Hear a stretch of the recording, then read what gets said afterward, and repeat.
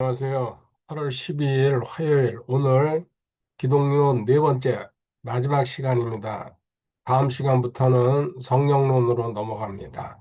그러면은 지난 시간에 우리가 공부한 게 가성고에 대해서 주님이 공생애 시작하시면서 처음으로 이렇게 가르치시고 또 선포하시고 고치시고 TPH라고 Teaching, Preaching, Healing 공부했습니다. 오늘은 이 가성고에 이어서 주님께서 사장생 그리고 부승씨까지 보도록 하겠습니다. 사장생은 사장생은 구원론에서 다룹니다. 1. 그래서 여기서는 자세히 하지는 않고 구원론의 주제죠. 주님께서 죽으시고 장사되시고 사흘 만에 부활하셨다는 거. 의미의 흐름을 따라가기 위해서 살짝만 보도록 하겠습니다. 가성고 다음에 사장생이 이어진 다음에 부승시스로 가야지 연결이 되는 거거든요. 사장생은 지금 과거에 구원받지 못한 죄인이죠. 누가복음 19장 10절에서는 잃어버린 양이라고 나옵니다. 잃어버린 양. 이거는 에덴 동산에서 반역으로 쫓겨나고 하나님 밖으로 예수님 밖으로 나갔다는 얘기죠. 고아죠, 고아. 미아. 정처 없이 흘러다니는 이런 신분이었는데 주님께서 데살로니가전서 5장 10절을 가보겠습니다. 살전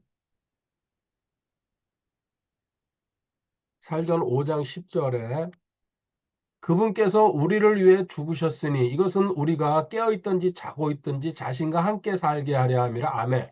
주님께서 이렇게 잃어버린 양이었던 나를 위해서 여기 죽으심 이거죠. 핵심은 이렇게 나를 위해서 죽으셨다 그럴 때게 어떤 죽음이냐면요.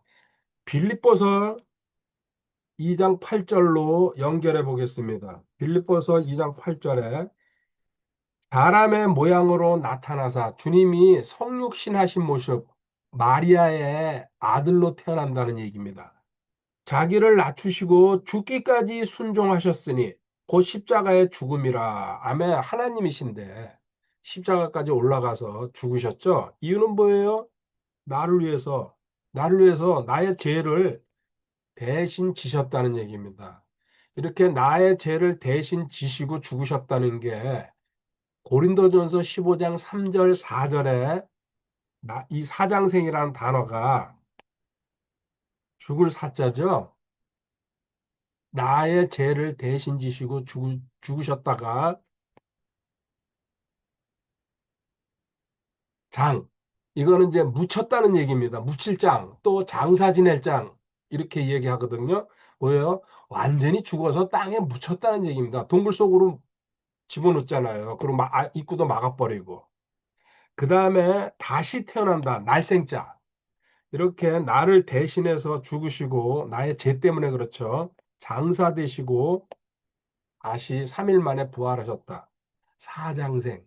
이 세 글자. 대신이란 말은 베드로전서 3장 18절에 나와 있습니다. 나를 대신해서 죽으셨다는 거. 내가 죽어야 되는지 죄인이기 때문에. 근데 주님이 대신 죽으셔가지고 나를 다시 살리셨다는 얘기입니다. 이래서 우리는 고린도후서 5장 15절에 이 말씀을 지켜야 됩니다. 왜 그렇습니까? 읽어볼게요. 고린도전서 5장, 고린도후서 5장 15절.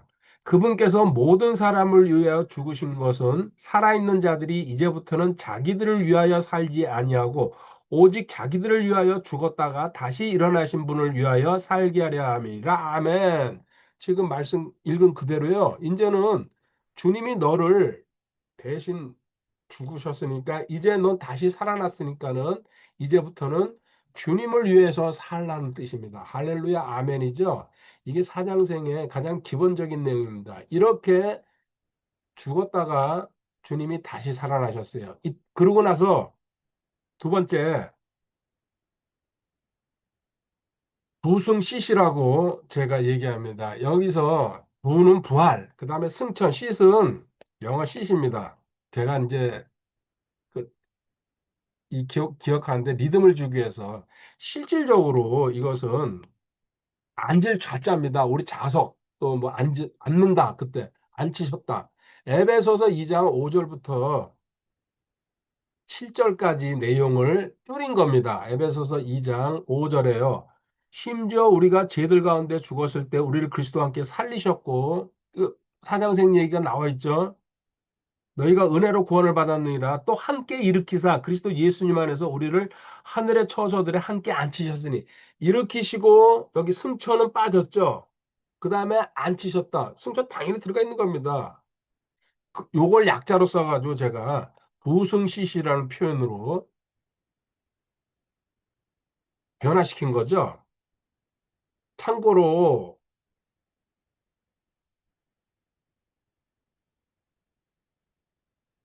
구원론에서 나오지만은 또 연합론에서 대신이라는 말은 이건 나를 구원했고 그리고 이제 함께라는 여기 함께 지금 읽은 데서 함께라는 용어가 나오잖아요. 이거는 연합에 관계된 겁니다. 분리시켜서 생각해야 되는데 여기서 자세한 얘기는 하지 않겠습니다. 자, 부활이라는 얘기 지금 읽은 대로 중요합니다. 이 부활은 로마서 1장 4절에 가보겠습니다. 우리가 현재 신앙생활이 이렇게 맹맹한 이유는요, 부활 신앙이 아니기 때문에 그렇습니다. 사장생에서 사장까지만 믿고 그 다음에 생에 대해서는 안 믿기 때문에 그런 현상입니다. 로마서 1장 4절에 거룩함의 영으로는 죽은 자들로부터 부활하심으로써 하나님의 아들로 권능 있게 밝히 드러나셨느니라. 아멘. 지금 읽은 게 뭐냐면요. 주님의 부활은 하나님의 아들을 증명하는 것이다. 할렐루야. 죽었다가 다시 부활한 분 없어요, 이 세상에. 그리고 그렇게 40일 동안 활동하시다가 하늘나라로 살아서 올라가셨다는 거. 듣도 보도 못한 얘기, 성경에만 나오는 그건 기적이죠. 그러니까 세상 사람들이 안 믿는 거죠. 말이 안 돼, 이러면서요. 사실입니다. 자, 이게 사실이라는 건요. 고린도전서 15장 부활장이라고 얘기합니다. 고린도전서 15장 6절에요. 그 뒤에 그분께서 500여 형제에게 한 번에 보이셨는데 그중에 대다수는 지금 이때까지 남아있고 어떤 사람들은 잠들었는데 바울이 고린도전서를 쓸 때 이게 고린도 교회에다 보내는 거죠. 주님이 부활해서 승천하는 모습을 500여 명이 봤다는 얘기입니다. 그리고 그중에 현재 죽은 사람도 있고 성경을 쓸 때게요. 잠들었다고 얘기하죠. 아직 살아있는 사람들이 많이 있다. 이런 뜻 아닙니까? 그 밑에 내려가 볼게요. 14절에 또 그리스도께서 일어나지 아니었으면 우리의 선포하는 것이 헛것이요 너의 믿음도 헛것이며 그 다음에 읽고서 얘기하겠습니다. 17절에요. 또 그리스도께서 일으켜지지 아니하셨으면 너의 믿음이 헛되고 너희가 여전히 너희 죄들 가운데 있으며 따라서 그리스도 안에서 잠든 자들도 멸망하였느니라. 아멘. 이 얘기 핵심은 이겁니다. 만약에 주님이 부활하지 않았으면요. 그게 이제 거짓말이고 우리가 지어낸 얘기라 이겁니다. 세상에서 그렇게 얘기를 많이 하니까요. 2000년 전이나 지금이나 사실은 똑같습니다. 제가 지금 여기서 교리, 10대 교리 중강의를 하고 있습니다. 앞으로 1년 걸릴 그 일입니다. 마라톤 경주하는 것처럼. 이거 헛된 것이란 얘기예요. 쓸데없는 짓 하는 겁니다. 또 너가 지금 헌신하고 있지? 헌금 드리고 있지? 예배 드리고 있지? 뭐 하려고 그거 합니까? 저는 이 만약에 이 부활이 거짓이고 아니라고 만약에 제 믿음으로 다가와 버리면요. 다 내려놓습니다. 지금 제가 하고 싶은 대로 사는 거죠. 왜 이 더위에 할 일 많은데 꼬박꼬박 이렇게 이것도 지금 1년 했습니까? 저 20년, 30년째입니다. 전부 이게 헛되다는 얘기입니다. 결코 그런 일 없습니다. 그리고 이 부활은 나의 부활에 대한 보증입니다. 실질적으로. 주님이 이렇게 부활하셨다는 얘기는요. 로마서 6장 5절로 가보겠습니다. 로마서 6장 5절. 로마서 6장 5절에 만일 우리가 그분의 죽음과 같은 모양으로 함께 심겼으면 또한 그분의 부활과 같은 모양으로 되리라. 만일 우리가 그분의 죽음과 함께 심겼으면 이제는 대신해서 함께로 이제 넘어와야 된다는 얘기입니다. 이게 연합장이거든요. 로마서 6장이. 너가 만약에 과거에 이건 이렇습니다. 과거에 그리스도와 함께 죽었다는데 초점을 맞추고 있습니다. 연합이죠, 연합. 그리고 함께 죽었으면 함께 예수님이 일어났으니까 너도 같이 일어났다. 이게 논리적이잖아요.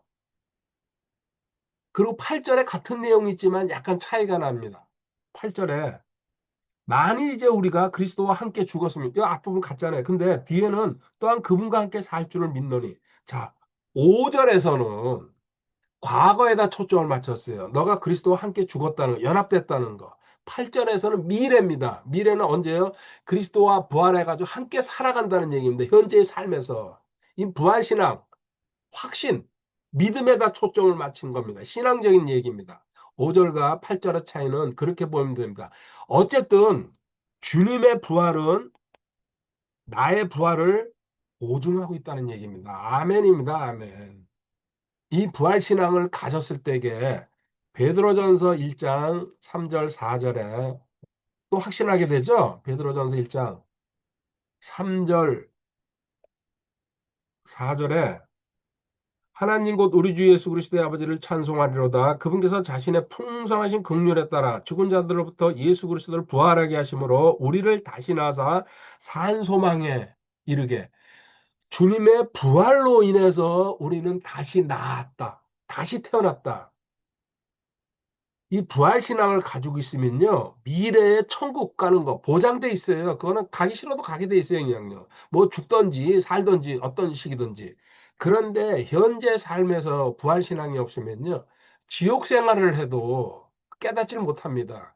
아, 나 이러고 고생하다가 죽어도 하늘나라 갈 거야. 맞습니다. 근데 현재 생활이 저는 이제 초점이 달라졌어요.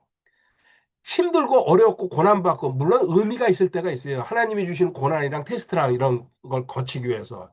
그렇지만 그런 가운데서도 안식하고 자유함과 평강을 누릴 때에 그 고난은 아무것도 아니죠. 근데 그 고난에 얽매여 가지고 지치고 좌절하고 한숨 쉬고 죽고 싶은 심정이 들 때에 그게 무슨 그 그리스도인입니까? 저는 아니라고 이제 확신합니다.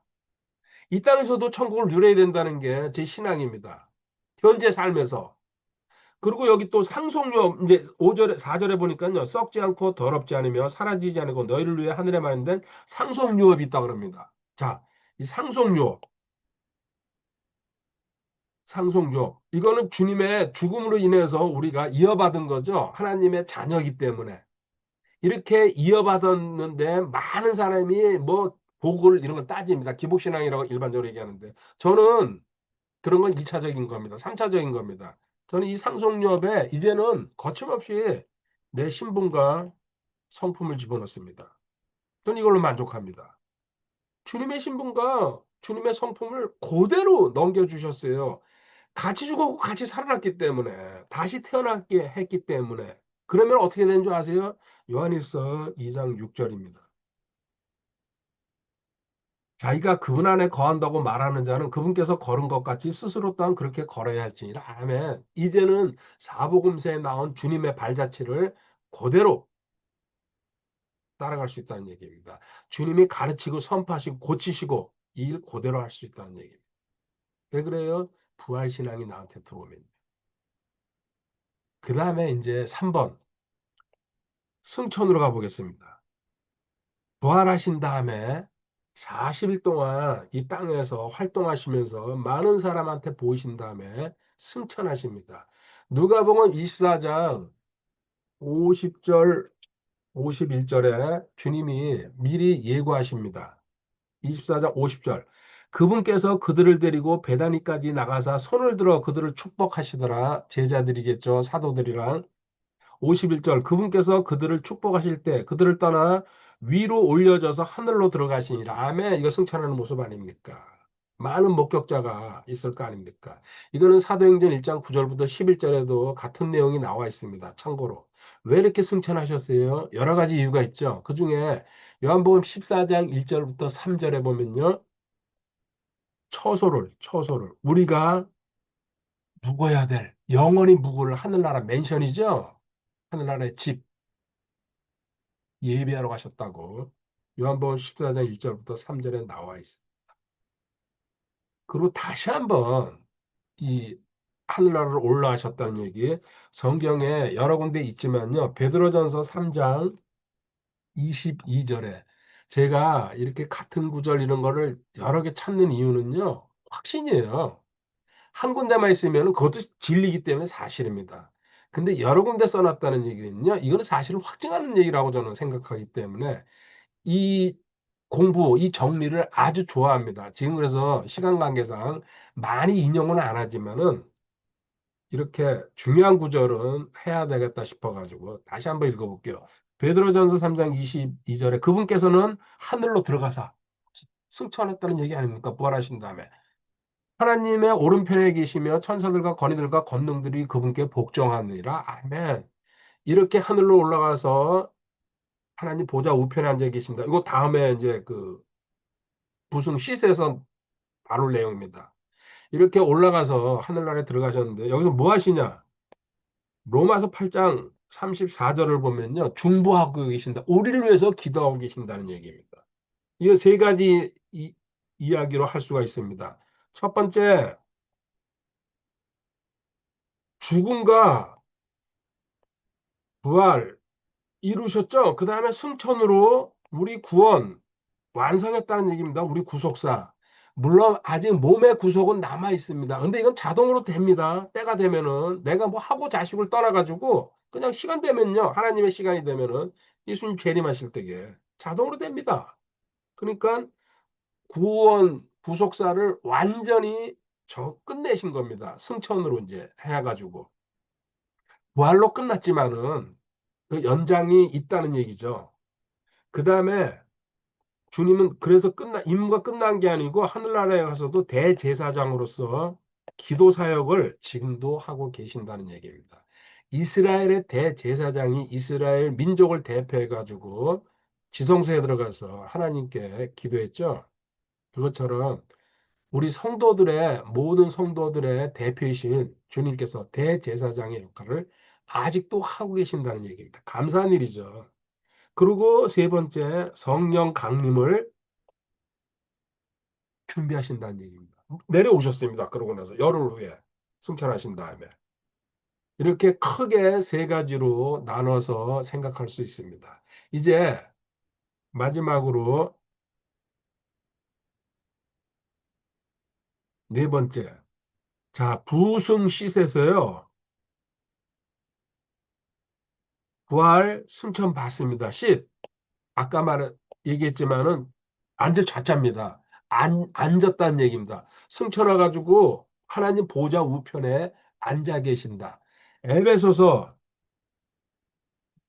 1장 20절 가보겠습니다. 에베소서 1장 20절에요. 그분께서 그리스도를 죽은 자들로부터 살리시고 하늘의 처소들에서 자신의 오른편에 그분을 앉히실 때 그 권능을 그분 안에서 발휘하사 그 권능을 그분 안에서 발휘하사 앉았다. 이 앉았다는 얘기는 이제 쉽게 생각하면요. 휴식 이 개념은 뭐 하긴 하나님이 쉬거나 뭐 일어서시거나 앉거나 상관은 없습니다. 근데 휴식이라는 개념으로는 생각하지 마시기 바랍니다. 여기에 대해서 크게 두 가지만 설명하겠습니다. 첫 번째 A 히브리서 1장 3절에 가보겠습니다. 히브리서 1장 3절에요. 하나님의 영광의 광채시여 그분 자체의 정확한 형상이시며 자신의 권능의 말씀으로 모든 것을 떠받치시는 이 아들께서는 친히 우리의 죄들을 정결하게 하신 뒤에 높은 곳에 계신 존엄하신 분의 오른편에 앉으셨느니라. 아멘. 다시 한번 앉으셨다는 거. 하나님 보좌 우편에. 우편이라는 건 권능의 자리죠. 최고의 자리죠. 이 보좌 우편에 앉으셔서 하신 일이 그러면은 뭐냐? 첫 번째, 사역의 완성이라고. 하나님께서 맡기신 사명을 다 감당하고 오셨기 때문에 하나님께서 그 권위를 확립한 거죠. 하나님의 임무를 완벽하게. 그리고 이 자리에서도 지금 현재 계속 다스립니다. 재림해가지고 임무가 끝나서 하나님 앞에 모든 걸 드릴 때까지. 주님의 사역은 쉬지 않습니다. 참고로 시편 110편 1절. 그리고 여기서 이제 앉았다는 그 얘기는요, 반대 개념이 뭡니까? 서서입니다. 그렇죠? 이 서서. 무슨 생각을 해야 되냐면요. 두 번째, 구약의 제사장들 성막에서 동물 제사 드리잖아요. 사람들이 가져와 가지고 죽이죠. 번제 드리고 뭐 이렇게 다섯 가지 제사가 있잖아요. 그때 구약의 제사장들은 앉을 수가 없습니다. 의자 자체가 없습니다. 히브리서 10장 11절에요. 제사장마다 날마다 서서 섬기며 자주 같은 희생물을 드리되 그것들은 결코 죄들을 제거하지 못하거니와. 죄를 질 때마다 짐승 가져가서 제사를 드립니다. 제사장들은 그걸 받아가지고 일을 합니다. 하루 종일 서서 하는 겁니다. 왜요? 제사가 끝나지 않고 반복해서 계속. 이게 구약의 특징입니다. 사역을 계속 해야 된다는 얘기입니다. 얼마나 힘이 들겠어요. 그리고 얼마나 그 환경도 그렇고. 그런데 신약으로 넘어와가지고 예수님이 오셔가지고 이 제사를 갖다가요. NT에서 12절에 그 내용이 나와 있습니다. 오직 이 사람은 죄들로 인한 한 희생물을 영원히 들이신 뒤에 하나님의 오른편에 앉으셨다. 자, 구약에 만약에 제사가 지금까지 계속 내려왔다 그러면은 생각하기도 싫습니다. 좀. 매번 죄질 때마다 짐승 끌고 가야 되는 거 아닙니까? 그리고 전 세계에서 태울 거 아닙니까? 환경오염이야? 아이, 글쎄요. 근데 신약에서는 예수님은 단 한 번에 영원히 완성해 버렸어요. 하나님의 공의를 만족했다는 얘기입니다. 그러니까 이제는 더 이상 제사는 없다는 얘기입니다. 그래서 로마 카톨릭에서요, 미사라 그러죠? 매번 그 주님의 살과 피를 먹고 마신다고. 동물들이에요, 그들은. 이 성경을 어떻게 해석해서 그런 해석을 하는지 저도 잘 모르겠습니다. 끝났어요. 2000년 전에 십자가에서. 그리고 그건 효력이 영원합니다. 히브리서 10장 한번 읽어보시기 바랍니다. 이런 의미를 갖고 있습니다. 그래서 구약의 제사장들은 서서 그렇게 드렸지만 신약에서는 예수님이 마치신 다음에 단번에 마치신 다음에 하나님 보좌 우편에 상대적인 개념으로 앉으셨다고 얘기하는 거 끝났다는 얘기입니다. 이제 제사는. 에베소서 1장 20절부터 23절까지 한번 가보겠습니다. 에베소서 1장 20절.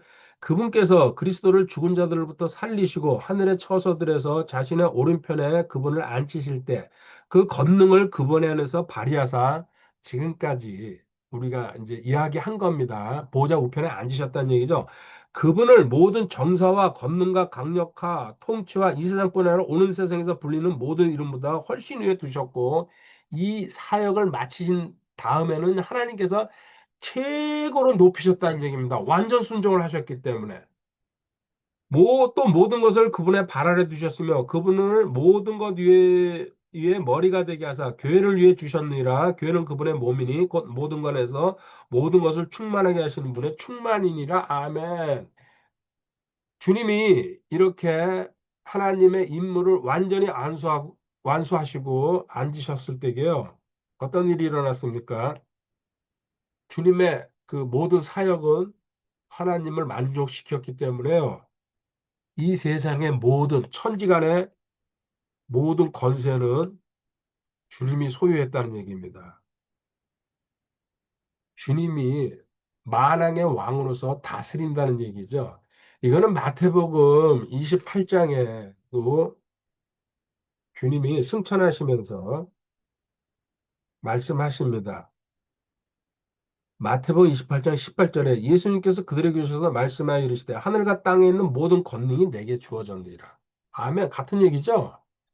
이렇게 해서 이 권능을 가지고 하늘나라 올라가서 이걸로 통치하고 계신다는 얘기입니다.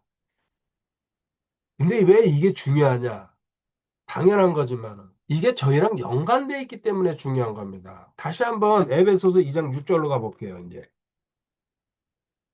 이렇게 주님이 모든 것을 통치할 수 있는 권능을 가지셨는데 이게 에베소서 2장 6절에 또 함께 일으키사 그래서 예수님 안에서 우리를 하늘의 처소들에 함께 앉히셨다. 자, 주님이 부활하고 승천하고 좌죠, 부승자. 근데 저는 부승시스로 이제 일반적으로 이야기합니다. 여기에 우리도 성도도 함께 했다. 그럼 이 성도 함께 했다는 게 무슨 뜻입니까? 실질적으로 이거는요, 주님의 지금 모든 걸 통치하신다 그랬어요. 우리도 같이 통치한다는 걸 갖다가 예표적으로 보여주는 겁니다. 뭐를 통치하는 겁니까? 너는 지금 그러면 함께 일으켜서 함께 승천하시고 함께 앉혔다 할 때 누굽니까? 원래 거듭난 저의 새 사람은 지금 하늘나라에서 주님 보좌 우편에 앉아가지고요.